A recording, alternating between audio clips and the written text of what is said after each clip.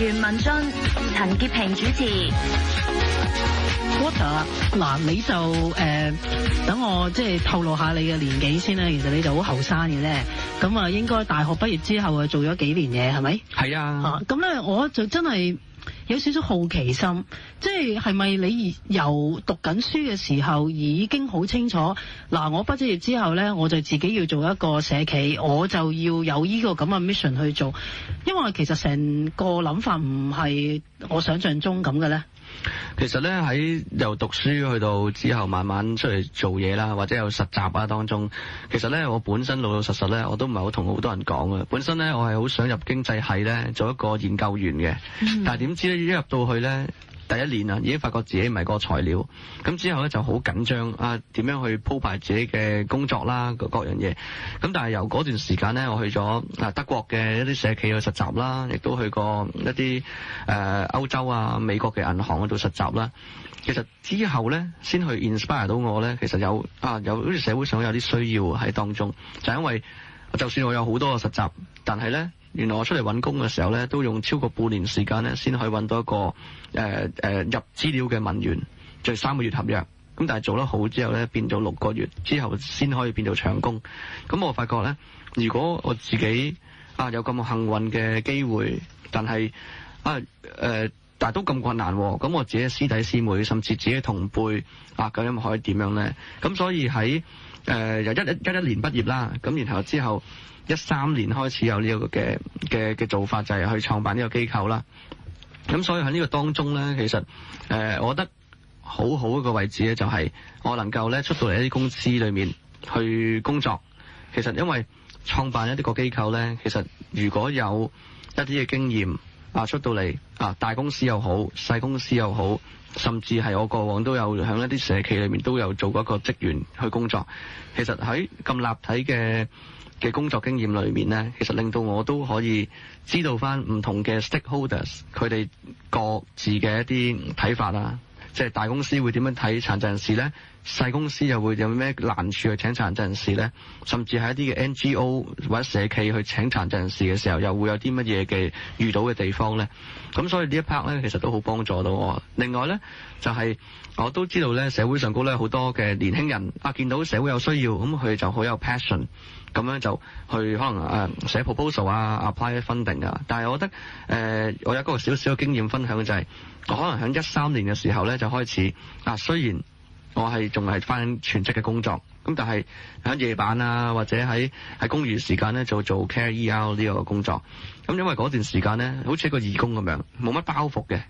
咁能夠令到我咧去真係可能嗰陣係我記得好似係30幾個會員啦，40幾個會員，慢慢凝聚，然後咧亦都用一個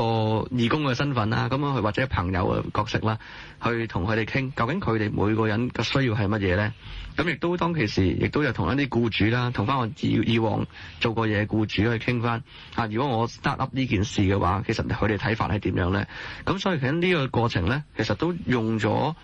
1年半嘅時間去慢慢去 start up 嘅。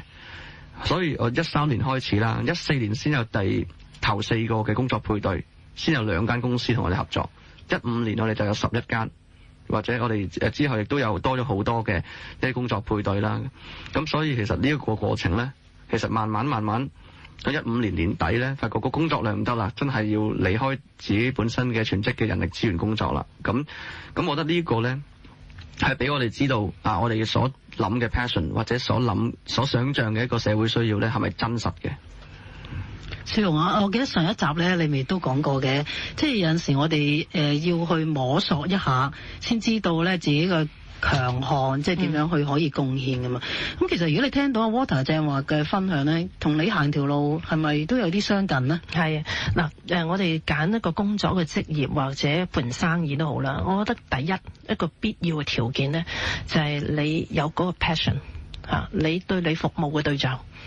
你做生意都有個服務對象㗎嘛嚇，你有一份嘅熱情啊，同埋有個 mission 嚇，你想為呢個行業嚇，為呢班人帶嚟啲乜嘢咧？即係呢個係嗰把火嚟啊！但係你燒着咗之後就唔夠喎，即係你變咗係一個唔落地嘅夢想家啊嘛。咁啊 Water 嘅經驗咧，我覺得就係話都 echo 翻我自己嘅，就係要做一個務實嘅夢想家。點為之叫務實咧？你腳踏實地認識下啊！我想做呢個行業，其實係點嘅咧？咁一開始就接觸一啲嗰個行業嘅人先啦。你要透過做義工係嘛？通常都係嘅，我都會提嗰啲即係想轉行啊、轉工嘅人嚇，唔好咁快甩咗自己份工住嚇。咁你日頭翻工嚇，可能你夜晚做義工嚇，去認識嗰個行業係咪真係你想接觸嘅嗰班人？你感受到嘅，你中唔中意咧嚇？你發覺你嘅熱情係越嚟越強啊，定係越嚟越減弱咧？咁從中咧做好多 networking。頭先聽到 Water 係嘛，即係揾翻佢啲舊老闆啊、舊同事啊，咁再同人哋 share 你呢個熱情嚇，有冇人同你 echo 嘅？咁你發覺咧，你嗰啲志同道合嘅人咧，就慢慢走埋一齊嘅。咁做嘢唔係一個人做噶嘛，好似而家 Water 咁，佢都聯繫咗好多佢嘅舊僱主啊，或者以前嘅網絡咧，去幫到佢。咁去到咁上下咧，你覺得飛機要起飛咧，你就要做一個決定啦。你唔可以再停留喺個跑道上邊係嘛？咁所以 Water 即係到最後尾佢創業嗰個經歷，我覺得同自己都有啲似嘅。其實今日嘅節目真係好好啊，讓所有嘅聽眾佢聽到為自己去做準備，要做一個務實嘅夢想家。好特別一個 term 啊，務實嘅夢想家。夢想啊，唔係話空想。係咁啊，即係Water 咧，佢即係我覺得佢能夠即係佢身體可能有障礙，但係佢能夠向住佢自己嘅夢想進發，亦都係做到咧，都好難得。但係我又想問下啦，嗱 Water 你其實喺呢個市場上，其實可能真係做嘢嘅時間唔係話真係太多，因為你2015年底已經去咗你嘅 career 嗰度做嘢啦。咁但係咧，其實喺你工作過程裏面，我就想問下，你有冇感受到，譬如話你話經歷過唔同企業、唔同 NGO 對嗰個社會責任嗰個態度，譬如話由你可能開頭啱啱，譬如話你實習嘅時候，去到你真係做咗一陣嘢，嗰個改變有冇睇到咧？喺香港嚟講，我覺得喺唔同嘅企業啦，或者唔同嘅角色裏面咧，其實CSR 即係社會企業責任啦。咁其實大家通常咧，即係做好事咧，一開始諗CSR 做一件好事啦咁樣。但係我發覺咧，尤其是僱主或者即係真係落到商業機構裏面工作咧，其實CSR 可以話係一個熱情。但係咧，究竟真係如果聘請殘疾人士上高咧，能唔能夠用呢個熱情咧一路去 drive 住佢呢件事咧？我覺得其實就未必 sustainable。所以其實我見到咧，就算喺唔同嘅崗位裏面咧，大公司又好，細公司又好，甚至係一啲嘅 NGO 本身啦，即係大家NGO 啦嚇，其實本身佢哋一開始請嘅時候不如請一啲殘疾人士啦 ，nice thing to have。咁喺個 organisation 裏面，咁但係落到去真係你話做咗3個月、半年、1年，其實大家都係睇究竟其實嗰件事點樣去幫到公司，即係點樣能夠係喺個團隊裏面發揮。咁而嗰個即係我自己本身個體會就係，究竟我點樣喺嗰個公司裏面咧可以發揮到自己，同埋咧可以 develop 到自己嘅事業。所以我哋 CareER 都成日都講一句咧，就係我哋同僱主合作咧，唔係單單靠住 CSR，